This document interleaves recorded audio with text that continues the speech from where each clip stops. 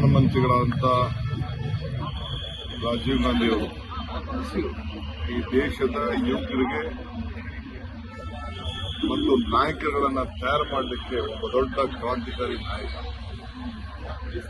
ಆತನ ಜನ್ಮದಿನವನ್ನು ನಾವೆಲ್ಲ ಬಹಳ ಸಂತೋಷದಿಂದ ಆಚರಣೆ ಮಾಡ್ತಾ ಇದ್ದೇವೆ. ನಾನು ಬೆಂಗಳೂರು ನಗರದ ಮಂತ್ರಿ ಆದ ಮೇಲೆ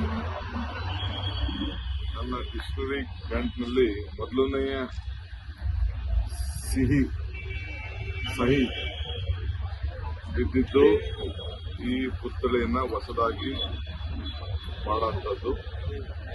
ಅದು ದಿನೇಶ್ ಗುಂಡೂರಾಯರು ಅವರ ಕ್ಷೇತ್ರದ ಸಿಗ್ನಲ್ ಫ್ರೀ ಕಾರಿಡಾರ್ ಅನ್ನು ರಾಜೀವ್ ಗಾಂಧಿ ಅವರ ಹೆಸರಿಡಬೇಕು ಅಂತ ಹೇಳಿ ಅವರು ಪ್ರಪೋಸ್ ಮಾಡಿ ಇದನ್ನು ನಾವೀಗಾಗಲೇ ಎಐಸಿಸಿ ಅಧ್ಯಕ್ಷ ಖರ್ಗೆ ಅವರ ಕೈಯಲ್ಲಿ, ಮುಖ್ಯಮಂತ್ರಿಗಳ ಕೈಯಲ್ಲಿ ಇದನ್ನು ಉದ್ಘಾಟನೆ ಕೂಡ ನಾವು ಮಾಡಿದ್ದೇವೆ. ಪ್ರತಿ ವರ್ಷ ಬೆಂಗಳೂರು ನಗರ ಕಾರ್ಪೊರೇಷನ್ ಈ ಕಾರ್ಯಕ್ರಮವನ್ನು ನಡೆಸುವಂತ ಒಂದು ಆದೇಶವನ್ನು ನಾನು ಮಾಡ್ತಾ ಇದ್ದೀನಿ. ಸೊ ನಾವೆಲ್ಲ ಬಂದು ಬಹಳ ಸಂತೋಷದಿಂದ ಈ ಪುತ್ಥಳಿ ಬಹಳ ಮೊದಲಿಂದಲೂ ಇತ್ತು, ಆದರೆ ಇದು ಸ್ವಲ್ಪ ಹೊಸದಾಗಿ ಮಾಡಿದ್ದೇವೆ.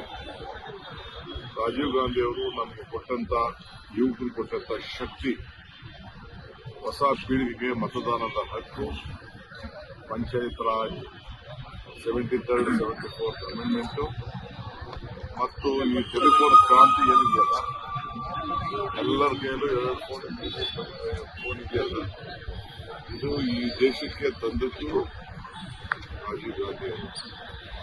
ಹಂಗೆ ಪ್ರತಿಯೊಬ್ಬ ನಾಗರಿಕ ಯಾರು ಐಟಿ ಬಿಟಿ ಈ ಟೆಲಿಫೋನ್ ಕ್ರಾಂತಿ ನಾಯಕತ್ವ ಪಂಚಾಯತಿಂದ ಪಾರ್ಲಿಮೆಂಟ್ವರೆಗೂ ಬೆಳೆದಿದ್ದಾರೆ. ಇದನ್ನ ನೆನೆಸ್ಕೊಳ್ಬೇಕಾದ್ದು, ನಾವೆಲ್ಲ ಸ್ಮರಿಸ್ಕೊಳ್ಬೇಕಾದ್ದು ರಾಜೀವ್ ಗಾಂಧಿ ಅವರ ಹೃದಯ ಅವರು ಈ ದೇಶಕ್ಕೆ ಮಾಡಿದಂಥ ತ್ಯಾಗ, ಇಡೀ ಕುಟುಂಬ ಈ ದೇಶದ ಐಕ್ಯತೆ, ಸಮಗ್ರತೆ ಮತ್ತು ಶಾಂತಿಗೋಸ್ಕರ ಅವರೇ ತ್ಯಾಗ ಮಾಡಿದ್ದಾರೆ. ಅದನ್ನೆಲ್ಲ ಕೂಡ ನಾವು ಸ್ಮರಿಸಿಕೊಂಡು ಅವರು ಏನು ನಮಗೆ ಮಾರ್ಗದರ್ಶನ ಕೊಟ್ಟಿದ್ದಾರೆ ಅದರಲ್ಲಿ ನಾವೆಲ್ಲ ಹೆಜ್ಜೆ ಸರ್, ಕುಮಾರಸ್ವಾಮಿ ವಿರುದ್ಧ ಮತ್ತೊಮ್ಮೆ ದೋಷಾರೋಪ ಪಟ್ಟಿ ಸಲ್ಲಿಸಲು ಎಸ್ಐಟಿ ನಿನ್ನೆಯಷ್ಟೇ ರಾಜ್ಯಪಾಲರಿಗೆ ಮತ್ತೊಂದು ಮನವಿ ಪತ್ರವನ್ನು ಸಲ್ಲಿಕೆ ಮಾಡಿದೆ. ಸಿದ್ದರಾಮಯ್ಯ ಅವರ ವಿಚಾರವಾಗಿ ರಿಯಾಕ್ಟ್ ಮಾಡಿದಂತೆ ನನಗೆ ಗೊತ್ತಿಲ್ಲಮ್ಮ. ನಾನು ರಾಜ್ಯಪಾಲರಿಗೂ ಸ್ಪೋಕ್ಸ್ಮನ್ ಅಲ್ಲ, ಲೋಕಾಯುಕ್ತಕ್ಕೂ ಸ್ಪೋಕ್ಸ್ಮನ್ ಅಲ್ಲ. ನಾನಿದ್ರು ಕಾಂಗ್ರೆಸ್ ಪಾರ್ಟಿ ಸ್ಪೋಕ್ಸ್ಮನ್. ಏನಾದ್ರು ಇದ್ರೆ ವಿಚಾರ ತಿಳ್ಕೊಂಡು ನಾನು ಮಾತಾಡ್ತೀನಿ. ನಾಳೆ ಪ್ರತಿಭಟನೆ ಪ್ರತಿಭಟನೆಯನ್ನು ಹಮ್ಮಿಕೊಂಡಿದ್ದಾರೆ ಸರ್ ಬಿಜೆಪಿ ರಾಜ್ಯಪಾಲರನ್ನ